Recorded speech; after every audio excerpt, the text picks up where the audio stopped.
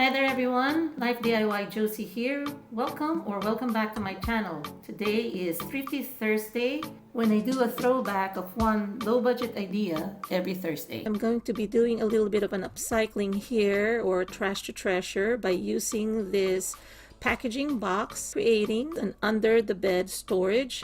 So I'm just going to be removing all the flaps on all four sides.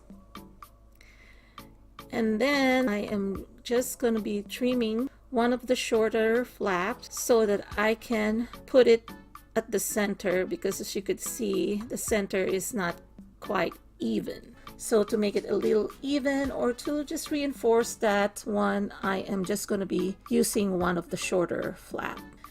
Now I am going to be also opening this up. Now you could skip this if you're going to be using thicker material to cover it, but since I'm going to be using contact paper sold by Dollar Tree, sometimes you could see images under it. What I've done is I have reversed it using the inner part as my outer part. So I'm just reconstructing it again, and then the outer part became the inner part. So again, you can skip this if you don't mind seeing the images underneath, or if you want to double up the contact paper. So I measured the contact paper and then cutting to size.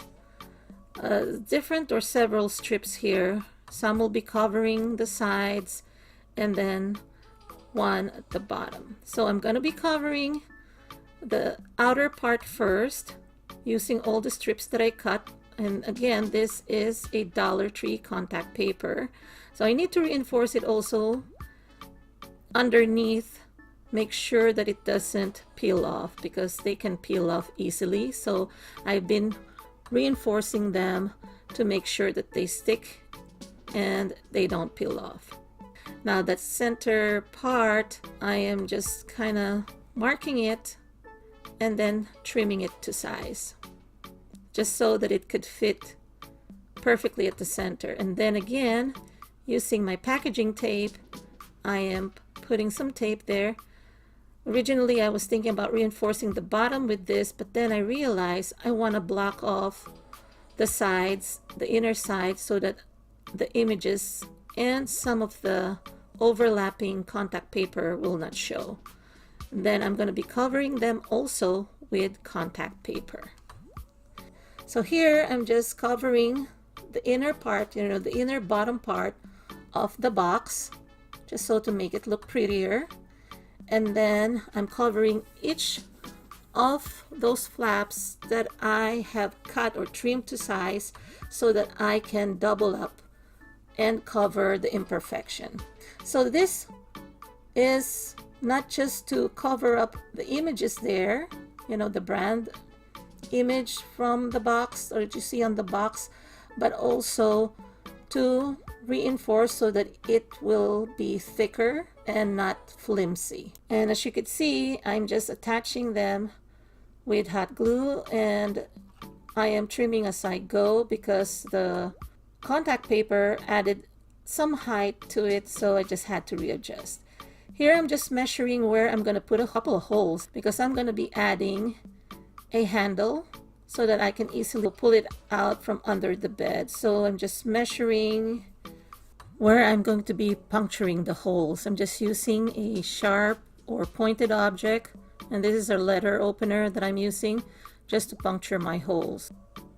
So I'm also puncturing not just from the inner part, but also on the outside, and then making sure that I make it wide enough so that my rope handle, this is another nautical rope that I have left over from a previous project, and I'm just cutting it to size. Actually cutting at least probably 8 inches long, so that there'll be enough so that I can tie up a couple of knots on each end that will act as stoppers, so that my handle will stay in place and not unravel when I pull it in and out.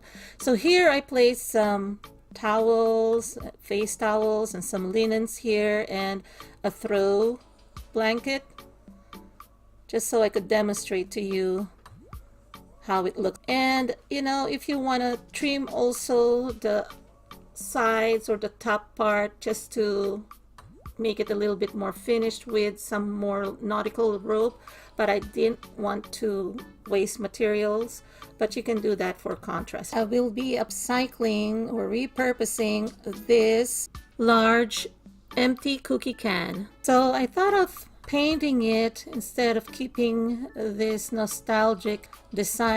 Anyway, I'm just using some leftover chalk paint, and I've used this in several projects already, even in painting furnishings.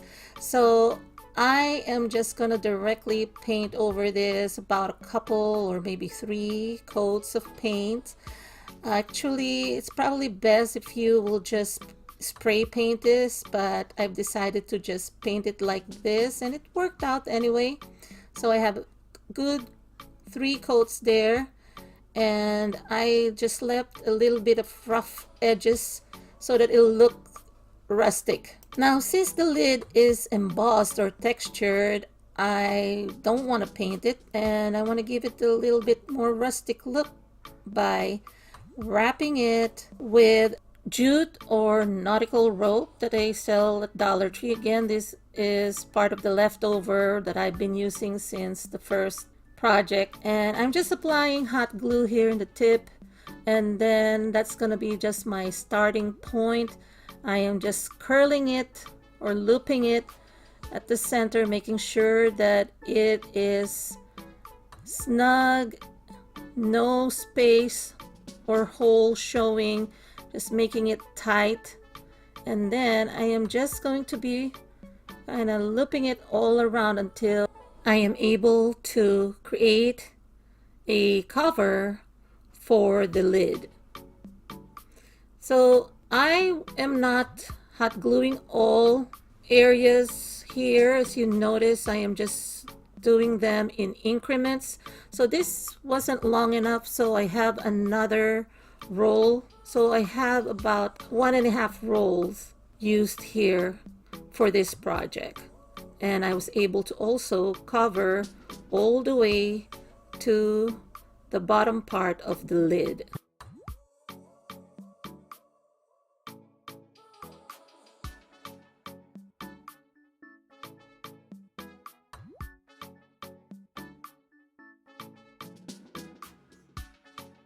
And then I'm gonna be testing it out. Of course, it's still gonna fit because it's the same lid. It's just covered with jute, and I love it. I love how it turned out. It's just so simple.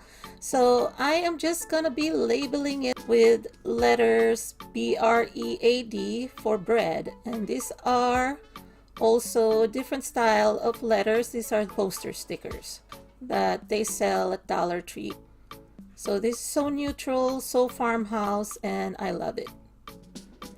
And if you want to protect it, go ahead and add Mod Podge just so that they will not peel off. And if you want to paint or apply Mod Podge all around, even on top of the paint, you can do that as well, just to keep it more protected. Actually, I'm gonna try it out here with a full loaf of whole wheat bread and then some leftover bread that we have, and they fit in with a little bit more space left. I hope you enjoyed this video, everyone. If you did, please give it a thumbs up. Please share it to anyone who may be interested in these types of project. And if you're new to my channel, welcome. If you haven't subscribed yet, please do subscribe, and don't forget to click that notification bell icon so that you will not miss any of my new uploads. So I hope you enjoyed this video, everyone, and I'll see you again next week for another Thrifty Thursday. Bye!